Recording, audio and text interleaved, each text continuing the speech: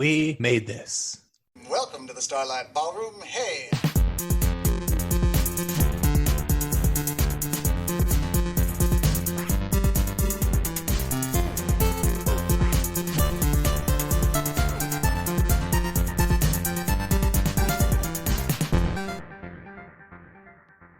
Hello and welcome to Shipwrecked Comatose, a Red Dwarf podcast right here on the We Made This podcast network.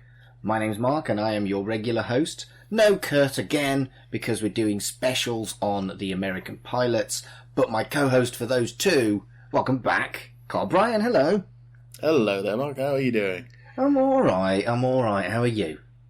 I'm not too bad at all. Interested in talking about the second swing at the US Red Dwarf baseball, as it were.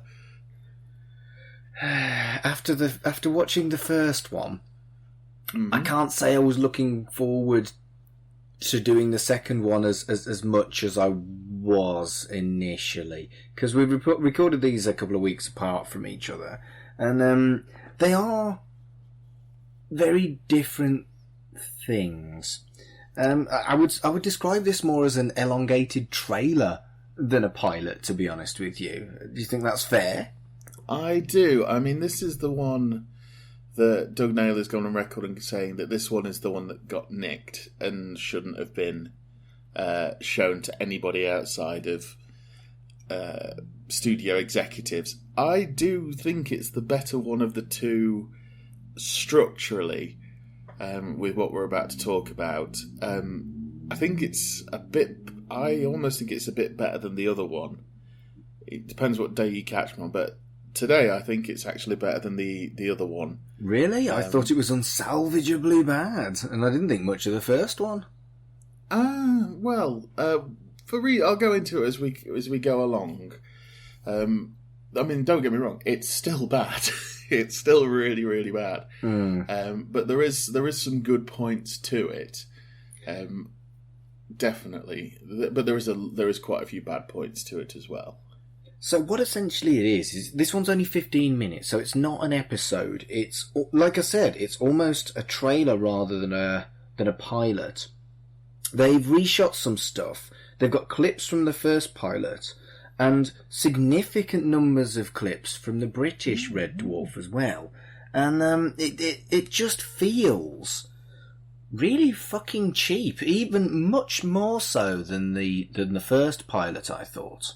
I was surprised when it started up and we went into a scene from Terraform, from the British Series 5. I thought initially I'd got the wrong thing. I thought that too, yes. I think they described it as in another dimension not far away that there was this show. Well, I do have that, like I did in the first one of these two episodes, I do have that written down. Should we get going and go through the plot? Yeah. Absolutely. So it's similar Star Wars type scrolling text to what we saw in the first pilot, but this one you can actually read without freeze frame. And it says, not long ago, in a universe not so very far away, there was a TV show which chronicled the adventures of the biggest bunch of whacked out space bums ever to set foot in an alternative dimension. Its name was Red Dwarf. And then it plays the British Red Dwarf theme. I was actually a fan of that purely because, to me, and I'm getting to a lot of the fans, it is an iconic theme, and I think it's a million times better than the theme that we got before in the first pilot. So I didn't mind too much hearing the Red Dwarf theme. I'd have been happier if they'd edited, but they probably didn't have enough footage, edited some of the US stuff over the top. But as we've seen, in terms of how much footage is shot, they probably wouldn't have been able to do enough to cover the entire title sequence. Yeah, I agree. I think you sent me this as a reasonably good remastered version of it, but there is a slightly poorer quality version easily available on YouTube, which we can probably put in on our social media when we air this episode. But I thought like you said, I thought you'd sent me the wrong thing. I thought you'd sent me like an advert for maybe that the BBC had sent to an American network to play the British show, because the first 4 minutes of a 15-minute, in inverted commas, pilot is British stuff. And badly edited British stuff. Oh, so bad. You'll see it when we do put the link in, but it's a scene from Terraform, but it drops straight into the we're in Rimmer's mind without really establishing what's going on. Or who Rimmer is. Or who Rimmer is, or indeed who anybody is. And then it edits some of the jokes over the top of an establishing scene, so it's Rimmer's mind out there expects sickness, and that's edited over them in a boat, as opposed to it being its own scene, which it was before. Which, when, if you're going to do that, and you're going to put 4 minutes of the UK show in there, then do what you're doing for the American one, which is do a selection of bits. Don't just do like one chunk of one show, but you've chopped it so it's not correct or not how it's supposed to be. Put in a little montage of, because if you don't want to show the first 2 series, which I know Doug Naylor was massively against because of the grey, then use stuff from 4 and 5, because you had 4 and 5 by that point. Yep. And you've got enough there where you could have made a little, in this case, 4-minute montage of stuff that's going on. And then, do it so it flips over into the American one. Or as the title said, in a way that made me cringe, Red Dwarf USA. Red Dwarf USA. The whole thing, this whole first 4 minutes, the scrolling text was still a rip-off of Star Wars, and it was still not very funny. And no, I don't know. It was perhaps a little bit less arrogant, but it was still kind of almost sort of redundant. They could have just put it on screen. It didn't look good enough quality to do that scrolling text rather than just put some text on the screen. I thought that the scrolling text, they'd done it themselves. They did it at the start of Series 3. When they were trying to talk their way out of the Lister having twins and what happened to them thing. Yeah, but again, that was done ironically, and it was funny. Yeah, that was funny. This, I thought, was more functional in the terms of they needed something. It maybe didn't need to be the scrolling text. I agree, but that's what I'm getting at, is that the scrolling text was ropey, so they could have just put it on screen. Yeah, and the logo was crap. The logo was crap. Part of me felt that was almost sarcastic, in that Doug Naylor kind of like washed his hands of the American thing, and it's like, just call it Red Dwarf USA. It's just sort of this bizarre obnoxiousness to it that I thought was sarcastic. Yeah. I feel like if you're going to do a pilot, showing basically 30% of your pilot being what the show is that you're doing an American version of, is that really wise? And I wonder whether there was an element of Doug Naylor and Rob Grant wanting to wash their hands of it and say, we're done on this project, we don't want this to be picked up, because it's just poor. It is. It's part of me wonders whether they edited the first the British bit, or whether they saw what they'd done to the British bit and then gone, no, I'm good, and then just left, because this is the last attempt they made. There's not been, especially with I thought there would have been, especially with special effects going up in quality and becoming more readily available. I thought there may have been another attempt made in the 2000s, especially with nerd culture becoming bigger and bigger and sci-fi becoming bigger and bigger. But after this, I think he's given up. I mean, it became a thing where, Red Dwarf is shown in America. The British one is shown in America. I think it's PBS screen. I've heard that mentioned a few times. And it gets mentioned on things like, it got mentioned on the Big Bang Theory and a few other things as well. So it's out there now that the British show exists to American audiences, although they probably knew that anyway. Yeah. But the hardcore ones did. So now I think there's probably no need for them to do an American version of it. I don't feel like there's ever a need for them to do an American version of anything, but there's a lot that have been different enough. We did talk about this on the previous episode, but there was enough of them that have taken a good premise and then converted it to be more Americanized, and that's when remakes work. Whereas, from the evidence I've seen on this particular trailer/pilot, they made no effort to make it feel more American, other than a joke about baseball cards. With it being 1992, I think at the time that style of sitcom was more gag. Whereas I think now you get, with things like, I mean it is a US remake, but things like The Office and things like How I Met Your Mother and stuff like that now allow for drama and sadness. And they've mentioned that was actually an influence on Series 7 when we eventually get to that. Is it became more of a comedy drama, right? More than a straight sitcom. And I rewatched Series 7 the other day as part of my research for the podcast, and I don't think it worked over here. I think if they'd gone that way, it could have worked over there. That would have been the switch. I'd have changed the Lister and Rimmer dynamic, and I think I would have made it more like what we got with Series 7 for American audiences. And I think that would have probably been made better overall. Whereas I think in 1992, they were just going out for it's your traditional... Because, I mean, when Red Dwarf started over here, they were like, you don't do science fiction sitcoms because nobody makes science fiction sitcoms. Right, yeah. In America, I can't think of any science fiction sitcoms at all off the top of my head. I'm struggling. There's got to be, hasn't there? But I'm struggling. I know there has the been, Orville. but I know they've never... The Orville. Well, this was... I was going to get to that. The Orville, if you took a fraction of the budget that they spend on the Orville, you could make a decent Red Dwarf. Yeah. It's... That's... And I can't even remember what network the Orville's on. I think it's on Fox or something like that.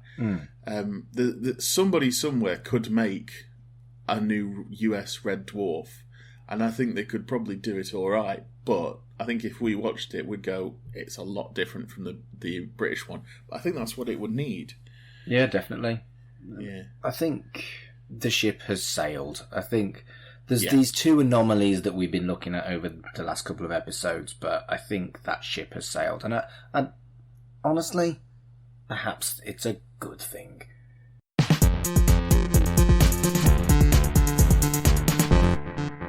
So the start of the actual pilot, where we actually see the actual show they're trying to pitch rather than clips from the show that inspired it, begins with Rimmer and Lister in their quarters.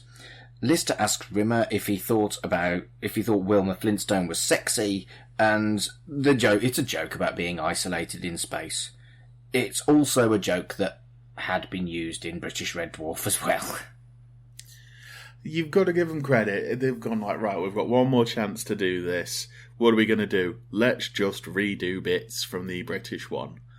And let's pick some funny bits. Like the Wilma Flintstone bit is probably an excellent choice because it will appeal to US audiences. Yeah. Probably better than a lot of the jokes. Originally it's a joke between Lister and the cat. Yes, right. In the British version, and at the end of it, they both agree that she'll never leave Fred, and they know it. I think it would have been quite good if in this one, Lister and Rimmer both agree. You know, because all the way through Rimmer's like, you've gone a bit funny from being in deep space, but if they both did the same gag of agreeing, Wilma will never leave Fred, that would show that there is some camaraderie between them being left in deep space. And it does the gag of Rimmer's not so hoity-toity that he's above all this. He's had these thoughts as well. Yeah. The Rimmer casting's really interesting because it looks like they recast. But it looks like they got someone who looked like the previous guy, and I got the feeling that if it did go to full series, they'd have got somebody else in the meantime. See, I thought he looked a lot more like Chris Barry, actually, this guy. Yeah, he did, but it just felt like he was just there to read lines and look Rimmer-like. He didn't. It didn't feel like he. The only part where I felt he was actually putting a performance in was the actual bit where he butts his head in for the camera record. Yes, which we'll come to, but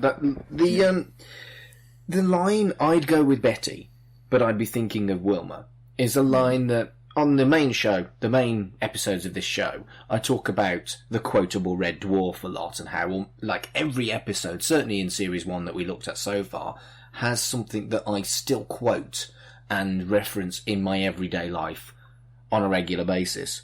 And the first American pilot did not have any of those quotes, whereas I'd go with insert person, but I'd be thinking of insert person, is something that I quote all the time. And so it did make me think that they'd at least tried to get the British gags that were funny as a last-ditch attempt after not so good American gags in the first go. I think one of the things that this pilot does show is how the gags in the British version are fairly universal. Yeah, I think so. The Flintstones gag, "Tell me how you lost your virginity," which we're going to get to in a minute. I thought the gags in that were good. I didn't think you could balls it up. But no. They did a little bit. I was trying to work out the sets in these refilmed bits. To me, and when we get to the next section, I think is the prime example. Blatantly looked like they had a corner of a studio for an afternoon. I'm pretty sure they did. Sure they did. I think that's not pretty sure. I think I think that's kind of what they had left with this last ditch attempt to try and get the show green lit, and didn't work, did it? No, I mean the maroon set. I mean I'm guessing it's supposed to be a tent that they've set up, but it just looks like they've put some sheets up around the actors, which they probably did. Yeah, I was going to say, which they probably did. So they it then says on the screen again in really crappy logo, kind of looks like someone's done it in Microsoft Paint, and so the adventure begins. And then Lister's updating the black box about the accident and who he is. And then he tells us about Rimmer being a hologram, Holly being defective, Crichton following all orders, and how the cat evolved from the domestic cat.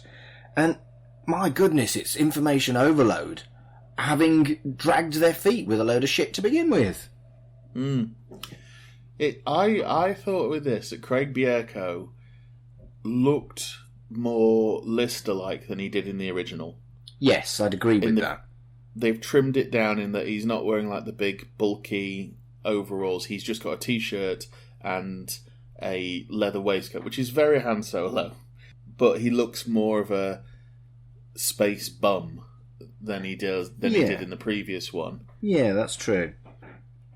And I mean, there was the Rimmer clip was a new clip, and it recycled Monson's gag from the first pilot, which I thought was a good idea because we even said at the time that what the Monson gag could and probably should have been Rimmer. So, credit where credit's due. Yeah, I mean, it's when they show the light be sort of kicking into gear, and then it cuts to the new actor in his place, because it is a shot from the first pilot, isn't it? And then they cut to a new one. It's like, well, that's it's blatant if you've seen the first one, but in this one it looks all right. There's a bit of dodgy green screen, but it is the 90s, so green screen was a bit dodgy then. True. And the Holly gag was the one good Holly gag from the first version of the pilot, and there was more footage of Terraform for Crichton, and it's like, yes, you've got access to so many episodes. Why are you so obsessed with Terraform? Maybe that's the one thing Doug Naylor gave him. He just went, "Have you got any footage we can use?" It's like, "Yeah, sure. We've just finished this one." Maybe it was because it was around about the same time, so they'd just finished the series. Maybe it was the first one that they'd finished editing. Maybe. So it's not the first one that was broadcast, but yeah, it was the first one that got. And it's the one with the least. I don't know really. It's the one with quite a bit of Crichton in it. So, I mean, they use the "don't stand around babbling when you're in mortal danger" joke, which is a good joke. And I think they'd have been completely buggered if they didn't have Robert Llewellyn for both shows. Yeah, exactly right. But again, we later on we'll come up to that. The scene for the cat, I just didn't find funny. A joke about 9 lives, and I get the idea of maybe giving this character an element that it didn't have in the British show is a nice idea. I thought the term Humie was... Why? Monkey was so much better. And it just wasn't funny. The conversation about sex wasn't funny. And she was not very charming. No, it's... I mean, with that...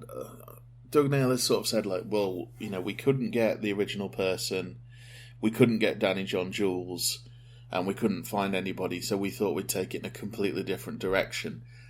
I was up for that idea, but I don't know how long it would have lasted, to be honest, because the sex thing, the only funny thing I thought about the sex thing was Craig Bierko's reaction. Yeah. Where they sort of said, "Oh, that doesn't even get my sweat pores going," and Craig Bierko does the whoof as he follows. The only funny bits about the cat in this were how other people reacted to her.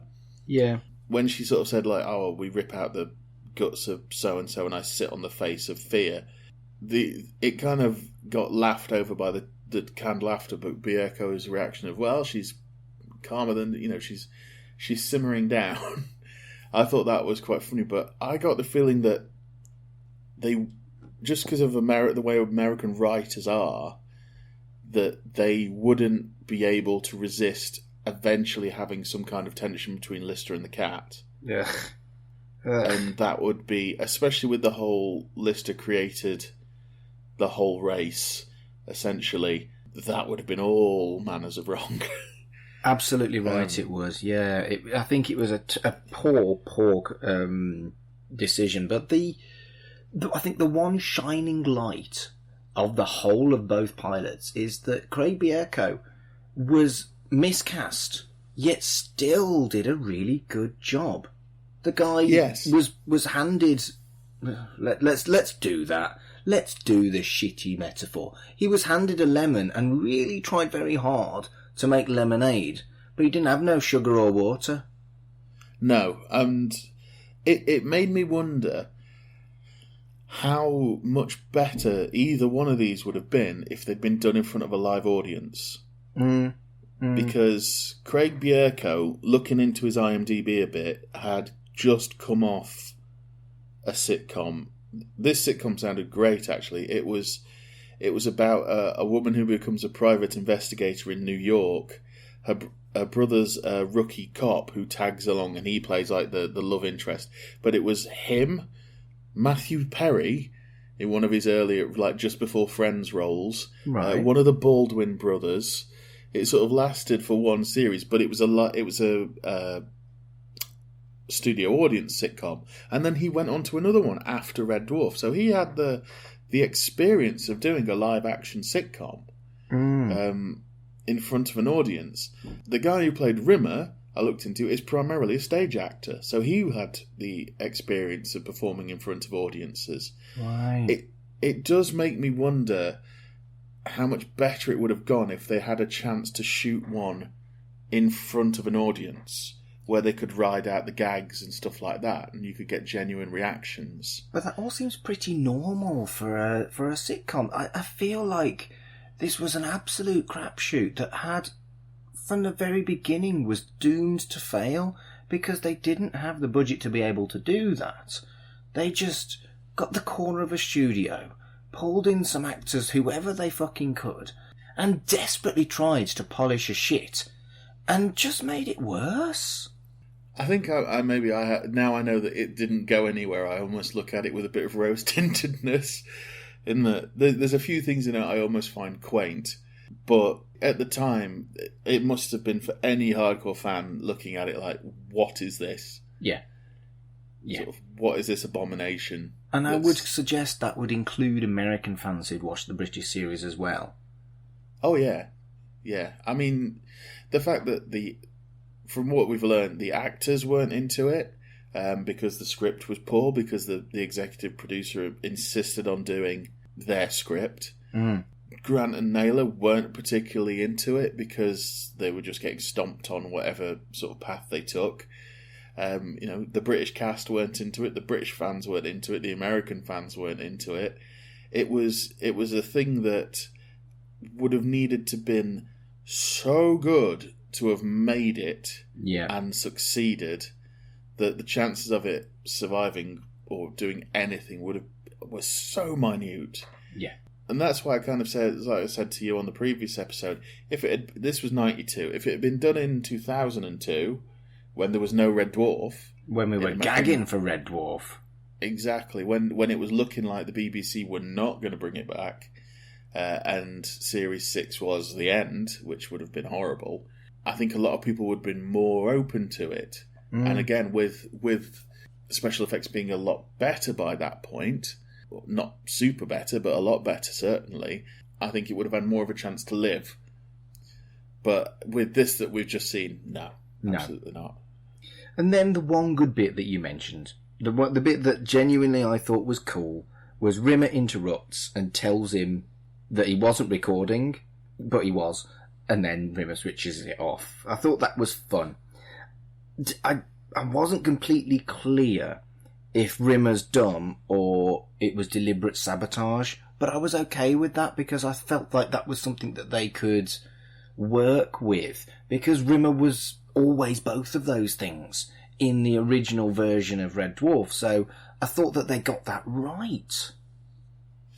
I think it was right, yeah. I think it was more playing towards Rimmer being dumb. I think I can see where you were coming from on the Rimmer did it on purpose, was probably the Lister reaction of, I used to think you were a complete jerk. But I do kind of think it to me, it came across as Rimmer just being daft. Like you said, I think it's a good thing because he was both of those things. In all of the clips we've seen of this actor being Rimmer, there wasn't anywhere near as much malice as there was in the other one. Yes. I think it was closer to the Chris Barry version of Rimmer, which is incredibly important because, yes, there was some malice in that Rimmer, but there was a real vulnerability and a real kind of empathy for someone who had failed, someone who was really struggling and wanted to be better than what they were and had become unpleasant because of it.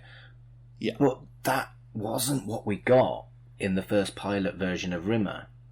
In the first pilot, what we got, he was very slimy, he was very vicious, he was just a wanting to... Basically, if you took all the worst traits of the British Rimmer, that was the American Rimmer in the first pilot. Yeah, with none of the charm. With none of the charm. And in this one, we got more of the sadness a little bit. In these little bits that we've got, and it's a credit to the actor they got, you got a glimpse into the sad, wretched existence that Rimmer has. And how he deals with it. I thought the car joke was always funny purely because, as a lot of people know, Chris Barry is a massive petrol head. And I think knowing that makes it funnier watching the British one. But on its own, it's a funny gag anyway. Yeah, true. Yeah, true. Definitely. I liked his reaction to... I thought it went on a little bit too long, but I did like his reaction to not wanting to tell the story about how he lost his virginity. Yeah, well, so that starts... That's the first thing we see after we're told we're going to see some footage from future episodes, which was kind of a lie. It was clearly they'd filmed this tiny little scene with, which was the American version of Marooned. And, they replaced the pot noodle gag with cup and noodle. which, again, understandable, American, and it's basically a complete script lift, just with new actors, though. Yeah, I mean, it does make me wonder how much time they had. I think pretty much none is the answer to that. I get the feeling that if Grant and Naylor had more time, if they'd had a steady break between Series 5 and going to do the American one, they could have come up with something and come up with something good. Yeah. But from the sounds of it, it was just so rushed and so we need to get this ready for, pilot season or whatever it was. We need to get it ready by this point that they didn't have time at all. And I think when we get to Series 5 and we start talking about the actual production stress that was on that series, coming out of it, I can imagine, Grant Naylor wanting a break. Yeah. And not doing anything Dwarf for a while. Yeah. Did you also feel that the big butt joke really didn't work for a hunky, chunky, handsome, hot guy like Craig Bierko? Absolutely. It was really incongruous, I thought. I didn't think it worked for Craig Charles, but, it's funny. It worked better for Craig Charles, but yes, I mean, I think we've been a bit harsh on Craig Charles. I think he's quite an attractive man, actually.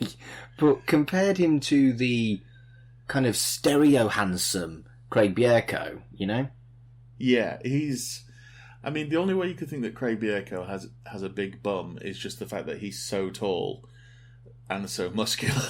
He's got a big arse. But I don't imagine it's anything to do with fat.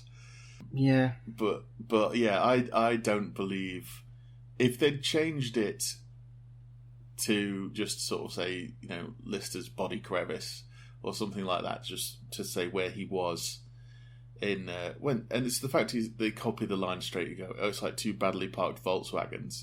Everybody took one look at that and just went, no, it isn't. I haven't even looked at it properly, and I know it isn't. No. It's still a good gag, and it worked. It did work for this. You chuckle along with it without almost thinking about the actual reality of it. Yeah. But yeah, that could have been mixed up a bit. Then there's some footage of an episode called Camille, and it's actual footage from the British version of Camille, completely. There's nothing new in there at all, including the squidgy monster that looks a little bit dated. Yes, because the shots of that as well had Craig Charles in the background, didn't they? Yes, they did. Yeah. It's interesting, that one. Obviously, that would have been one that they were planning on redoing in the future. Yeah. I didn't mind the idea of just using stuff of Robert Llewellyn, but because you've got all these great bits with him in, you may as well just reuse a couple of bits, and then hopefully you can recreate it later on. Because as we said, this wasn't meant to be seen by the public eye. True. I mean, you're being kinder than I am, but I'm in a kind day.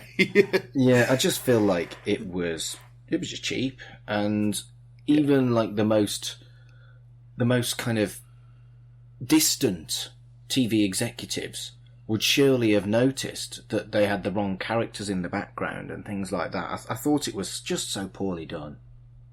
Yeah, maybe it's just coming from like a production background and knowing what it's like being on a really tight budget to do something when you've got no money to do something, that I kind of go, yeah, I'd have done that.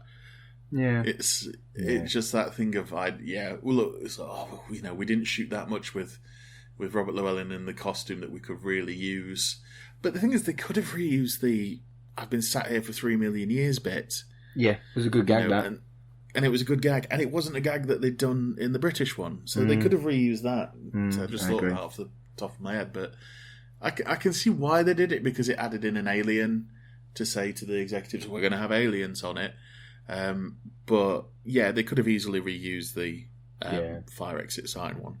And then finally an episode called Shutdown, where first of all the crew encounter actual aliens rather than genetically created things, which kind of is a little bit of a red rag perhaps to hardcore fans. It doesn't bother me so much, but I think it kind of would be quite at least a polarising thing to do, to have a Red Dwarf show where it was explicitly aliens rather than constructs and gelfs and anything like that.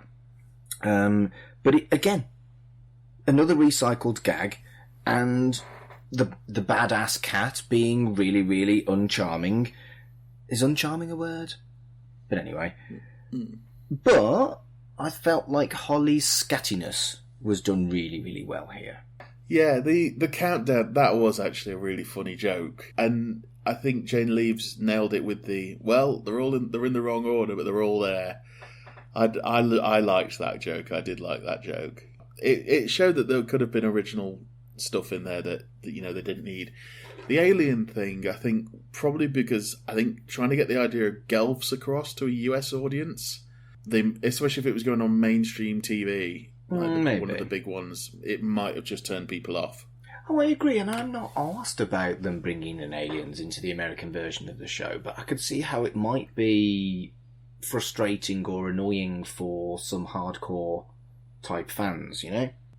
Yeah, because it was always one of the big rules, wasn't it, is we're not having aliens. Yeah, exactly. To the point of a joke where Rimmer met any aliens that they weren't aliens. Yes, I mean, I've recently been reading the Red Dwarf RPG source book, and you can play lots and lots of different character types in that, but there are still no aliens, and it emphasises, even in the RPG game, that the Red Dwarf world doesn't have aliens, which, says a lot about the RPG system, which is kind of cool. Yeah, and it's showing that it's sticking to the lore, which. But that's the thing. The lore was quite well known and quite emphasised for Red Dwarf, and would an American pilot breaking that lore quite blatantly and heavily have riled the original fans, and or would that matter? It all depends, because we didn't see the full episode. It could have been revealed that they're not aliens. True. And I'm sure Lister says something like genetically modified or genetically engineered, but I think he says alien. So I think he says genetically modified alien. Which I get the feeling if that had gone to a full show that it probably would have been adjusted. Yes. But yeah, no, it'd be interesting to see how much of the lore they'd break. Yeah. Because they never really wanted robots, and from this they were going to have Crichton there from the very beginning, which I think was a good idea. Oh, definitely. That's one of the few things I liked, because Crichton's brilliant. Yeah, definitely. And it gives somebody to play. In that pilot, if Crichton wasn't there and it was just Lister and Rimmer, it would have been so much worse. I agree. The whole thing... Oh, and then at the end it says, Red Dwarf coming soon to a reality near you. And I'm kind of glad it didn't, to be honest with you. Because I'd have had to watch it, because I'm a completist. And I wouldn't have enjoyed it, and I'd have watched it anyway. And there'd have been 22 episodes. Fuck that. Yeah, definitely. I can almost stomach, because I've been looking at a lot of TV recently, obviously with us being in lockdown at the time, and I find that I can watch US TV when it's because they don't do half an hour TV. They'll do like 45 minutes, which is the hour with ad breaks. But if you do a half-hour sitcom, it's really only 20 minutes. Mm. And I actually think that would have been palatable, but maybe not 22 of them. Yeah, well, I watched an episode of Big Bang Theory the other day, and it was 19 minutes. It's like, bloody hell, that's super short. Yeah, there's YouTube videos that are longer. Yeah. But I just felt like this was not only a last-ditch attempt that surely none of them thought was actually going to work. I actually feel slight confusion about why they actually even bothered to submit this. This was never, ever going to have a TV executive go, oh man, that looks so good, we're going to make 22 episodes of that. It was never going to happen. No, I mean, I one of the things, if I ever go onto a YouTube rabbit hole in an evening, if I've got not a lot to do, is I will look up unmade pilots. just to see what they look like. And I like to see the stuff that didn't make it almost, and some of it is good, and it just didn't make it because of cost or something like that. This is probably one of the poorest looking ones I've seen. Yeah. And I've seen ones like going back to the 80s and stuff, and a lot of these pilots were sitcoms, and a lot of them were live action, live studio audience. So it's doable. It's very doable, and it's been doable way before this got made. So again, it makes me wonder if they, obviously with it being on a sci-fi setting, but they could have easily just done bunk scenes in front of a live audience and then shot other stuff around it. Yeah. It just smacks to me of the fact that some big TV executive said, we're going to pay you some money to do this, and everybody involved knew it was going to be shit, but just took a payday. And the first pilot was vastly superior to this. There was quite a lot to actually like in that episode. It wasn't perfect, but this was pretty much fucking wretched. It's a strange thing. The first one had the budget, and it had sets, it had costumes, it had, background actors and everything else in there. But the second one had almost like better quality bits. If they'd given the budget to the second one and then made this montage of here's what you're going to see, but with that first one's budget, that to me would have been the ultimate US pilot for it. Then perhaps it might have been better if they'd kind of combined the two and filmed them in one, is what you're saying. Maybe. I'm surprised they didn't use a lot more of the original one in the second one. One thing I'd like to highlight is you can watch it on YouTube, there is a documentary on the American pilots that you can watch that was formerly on a DVD some point. And Craig Charles refers to it as White Dwarf. And there are no black people in this pilot at all.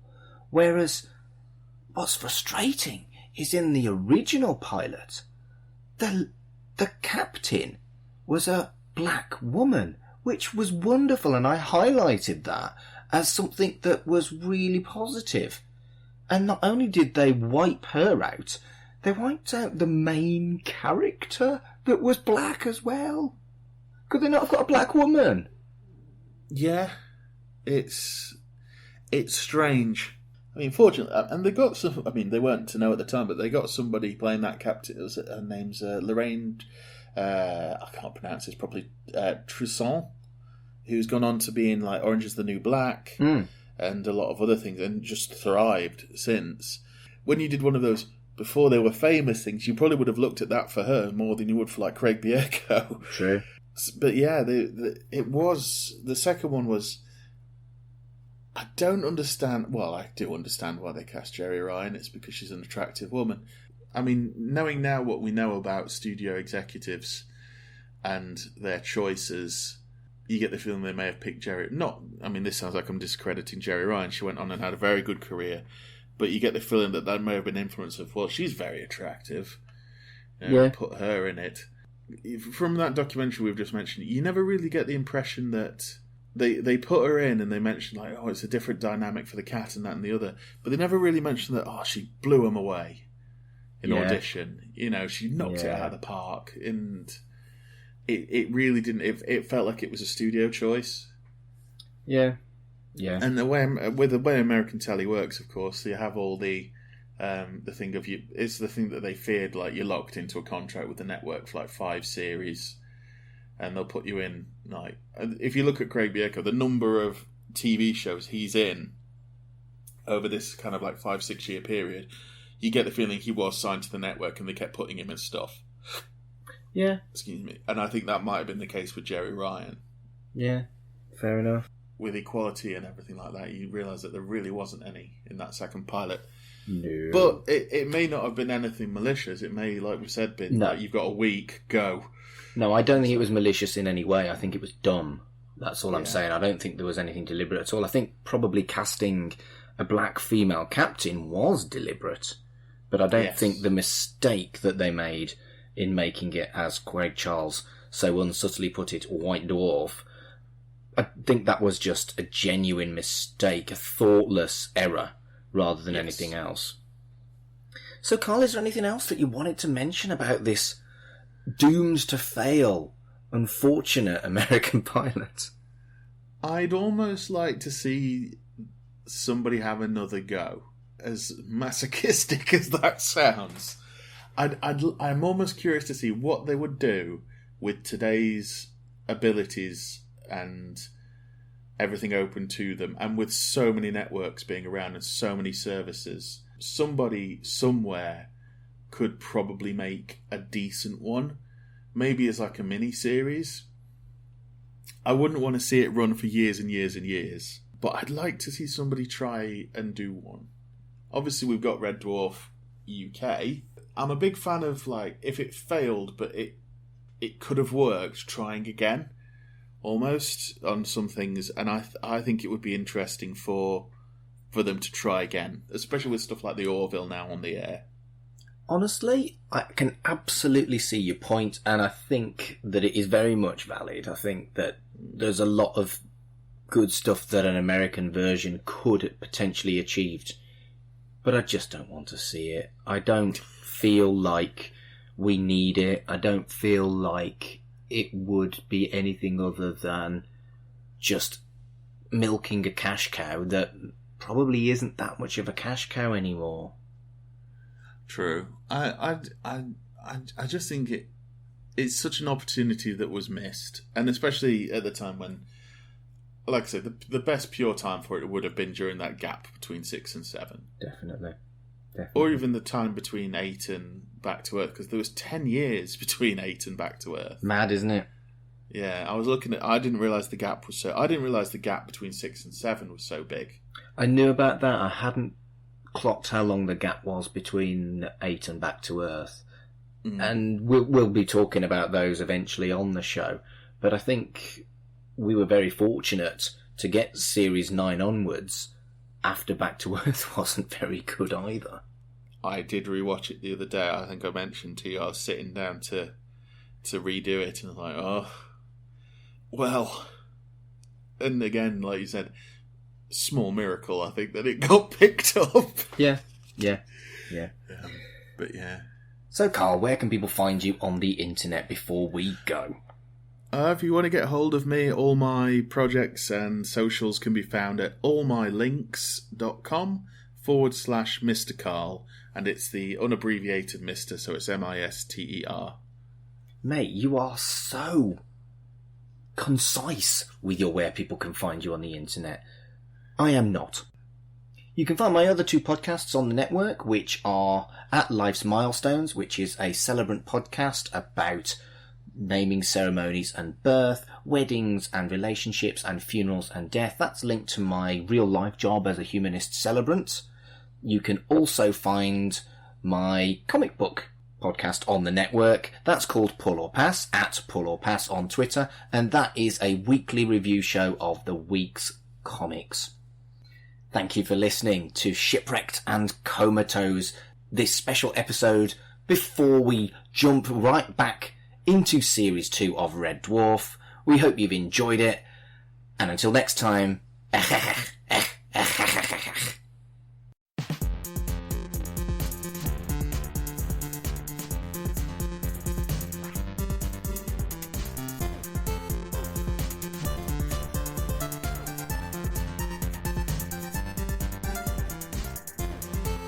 Shipwrecked and Comatose, a Red Dwarf podcast, was created and produced by Mark Adams and Kurt North. You can find us on Twitter at Red Dwarf Pod, and we are part of the We Made This Podcast network, which can be found online at wemadethispod.com or on Twitter at wemadethispod. Elsewhere on We Made This. Life's Milestones. Whenever it was that there was that census where there was the campaign to try and get everybody to say that their religion was Jedi. Oh, I remember it well. I think I did put Jedi, to be honest. Yeah, well, I was adamant that I really wanted to put that down because it aligns a lot more with my beliefs than anything else. You know, Star Wars has always been there for me. But yeah, that's when my mum was saying, no, we had you christened, and I ended up losing that one. And then when I lived on my own for a later census, I just, by that point, just put non-religious. I'm in a band podcast. Flaming Lips did a gig and they were all in bubbles. So like the whole band, you know them big bubbles you get that you can play football in? The whole band were in them and all the people in the crowd were in one of them. I'd go to the gig with a pin and fucking ruin everyone's evening. I think you need a big pin. Then you have to get out of your bubble first with your pin. They're going to see you. You have a bubble with a pin on it. Or like you're like a sea urchin just going around causing chaos. Hey, rolling around. Could you have a fag in them? I suppose you could get your own bubble, innit? Frame to frame.